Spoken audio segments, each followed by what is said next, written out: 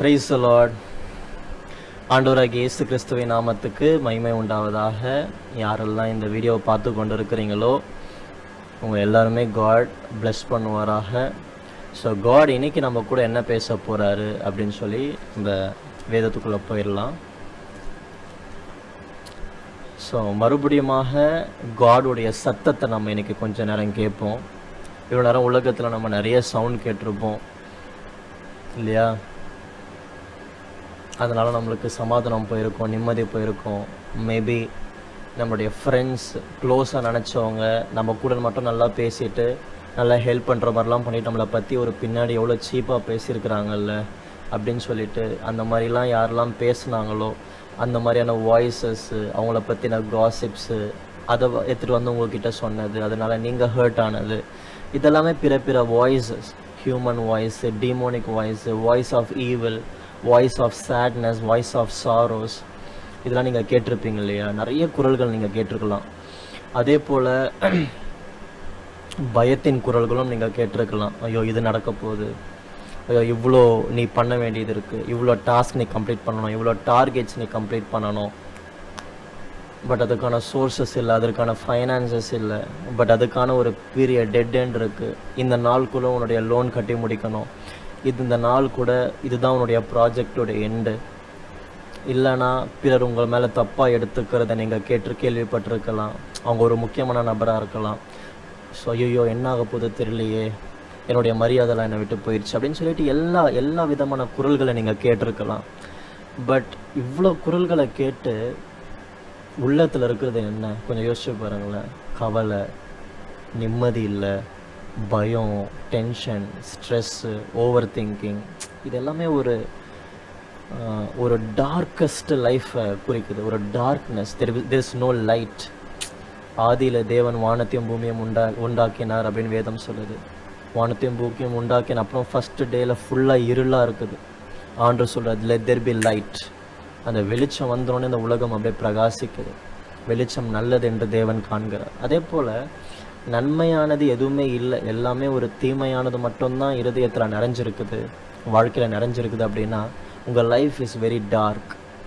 Absolutely you need God. So தேவன் இல்லாமல் God, maybe நீங்கள் வேற ஒரு ரிலீஜனாக கூட இருக்கலாம், மேபி நீங்கள் கிறிஸ்டினாக கூட இருக்கலாம். If you have no joy in your heart,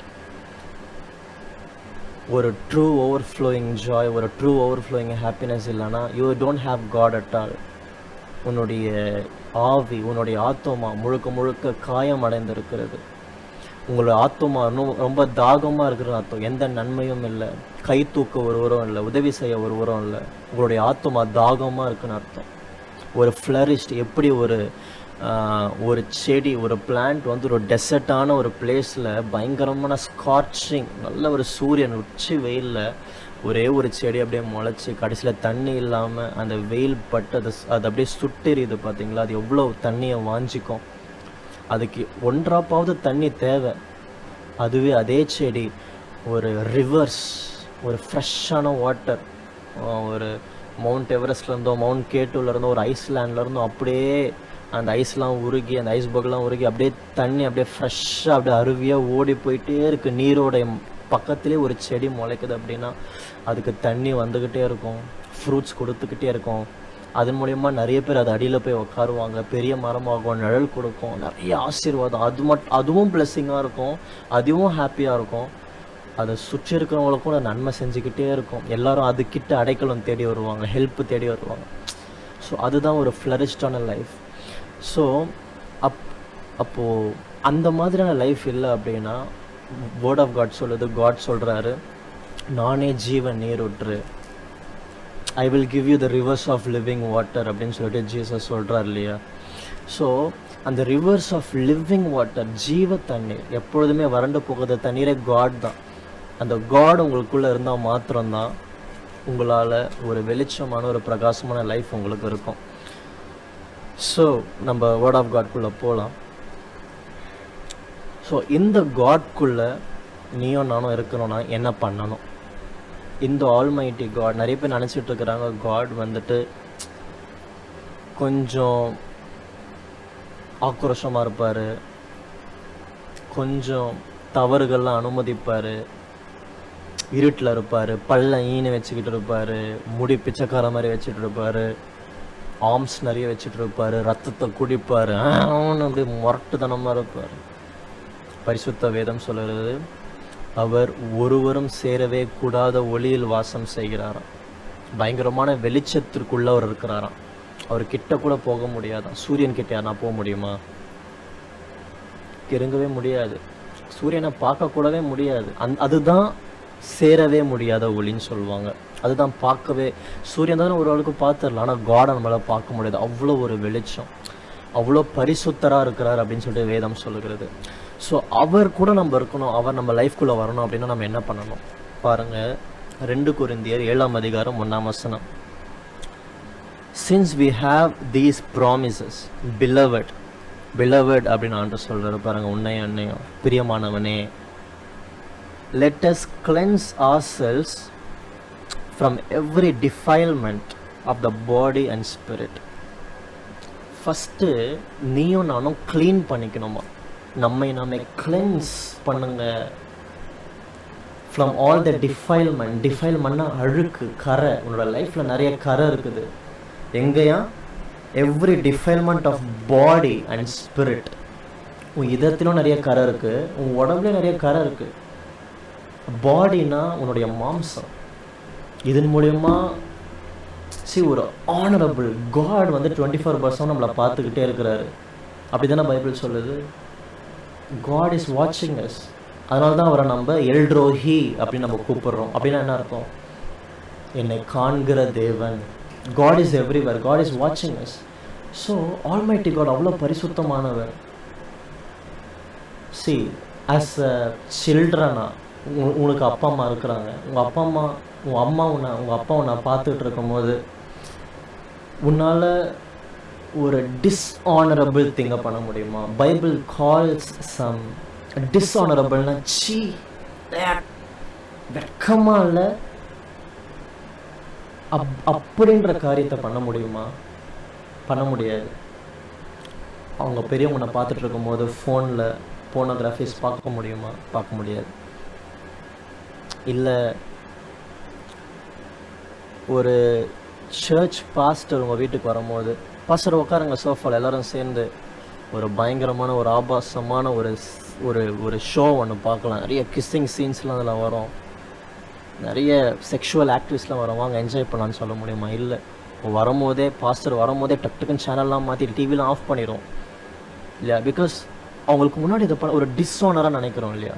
அது பாவம் அப்படின்னு சொல்லலாம். நிறைய பேர் கோவம் வருது, அப்போ நான் பாவியான்னு கேட்குறாங்க. இல்லை, அதே மாதிரி அதுக்கு கனமான ஒரு மற்றவங்களை என்னை பார்த்து கற்றுக்கோ அப்படின்னு சொல்ல முடியாது. என்னை பார்த்து கற்றுக்கோ, என்னை ஃபாலோ பண்ணு அப்படின்னு சொல்கிறது ஆனரபிள் திங்ஸ். டிஸ்ஆனரபிள் திங்ஸ்லாம் உங்கள் பாடிக்கு எவ்வளோ நீங்கள் டிஸ்ஆனரபிளான, அதே போல் காட் உங்களை பார்த்துட்டே இருக்கும்போது அவர் கண்ணு முன்னாடி நீங்கள் பண்ண டிஸ்ஆனரபிள் திங் தான் டிஃபைல்மெண்ட்னு பைபிள் சொல்லுது. டிஃபைல்மெண்ட்னா அழுக்கு. அவருக்கு முன்னாடி நீங்கள் நடந்துக்கணும். உங்கள் ப்ரைவேட் ரூமில் மற்றவங்க கூட நீங்கள் பேசுகிறதில்ல, என்ன இன்டென்ஷனில் பேசுகிறீங்க, ஃபெய்த்ஃபுல்லாக இருக்கிறீங்களா, அன்ஃபெய்த்ஃபுல்லாக இருக்கிறீங்களா, லாயலாக இருக்கிறீங்களா, அவருக்கு முன்னாடி நீங்கள் என்னென்னலாம் உங்கள் பாடினால் நீங்கள் செய்கிறீங்க. ஸோ இதெல்லாமே உங்கள் பாடி. ஸ்பிரிட் அப்படின்னா உங்கள் ஹார்ட்டில் அவருக்கு முன்னாடி எந்த அளவுக்கு ஒரு பெருமை இருக்குது, பிறர் மேலே எவ்வளோ ஒரு வெறுப்பு தன்மை உங்களுக்குள்ள இருக்குது, எவ்வளோ நீங்கள் மூர்க்கமாக நடந்துக்கிறீங்க, எவ்வளோ நீங்கள் கோபமாக நடந்துக்கிறீங்க, எப்படி ஒரு சமாதானமே இல்லாமல் இருக்கிறீங்க, ஒருத்தரை கடித்து கொள்கிறீங்க, கொதறிக்கிறீங்க, சண்டை போட்டுக்கிறீங்க, வெறுத்துக்கிறீங்க, மனசார சபிக்கிறீங்க, நான் தான் இருக்கணும் செல்ஃபிஷாக இருக்கிறீங்க, பிறரை பற்றி யோசிக்காமல் எனக்கு நல்லது நடந்தால் போதும், மற்றவங்க டவுன் ஆகிட்டா போதும், நான் எனக்கு தான் தான் அப்படின்னு சொல்லிட்டு இருக்கிற எல்லா செல்ஃபிஷ்னஸ், ஈகோ, ப்ரைடு. ஸோ இது எல்லாமே நமக்குள்ளே இருக்கிறத ஆண்டவர் பார்க்குறாரு. ஸோ இதெல்லாமே இருந்தது அப்படின்னா நம்மளால் காட் கிட்ட கூட நெருங்க முடியாது. ஸோ அதனால தான் ஆண்டவர் சொல்கிறாரு, cleanse our self from every defilement. ரெண்டு இடத்துல அழுக்கு இருக்குது. ஒன்று பாடியில், இன்னொன்று ஹார்ட்டில். இது ரெண்டுத்தையும் க்ளீன் பண்ணுங்க. டேக் எவ்ரி திங் அவே. அப்போ தான் என்னால் உள்ளே வர முடியும். அவர் பரிசுத்தமுள்ள தேவன்.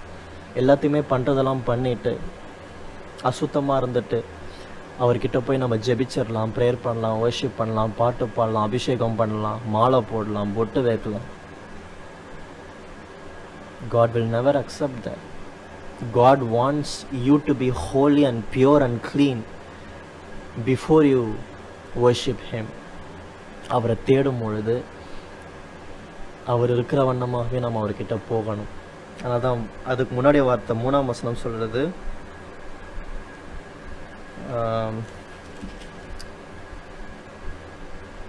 17ஆம் வசனம், therefore go out from the midst, be separate from them, says the Lord, do not touch the unclean thing, then I will welcome you. நான் உன்னை சேர்த்துக்கொள்வேன். அசுத்தமானதை தொடாத, அங்கிருந்து புறப்பட்டு போ, உன்னை நீ பரிசுத்தம் பண்ணிக்கோ. எப்படி பரிசுத்தம் பண்ணுவேன்?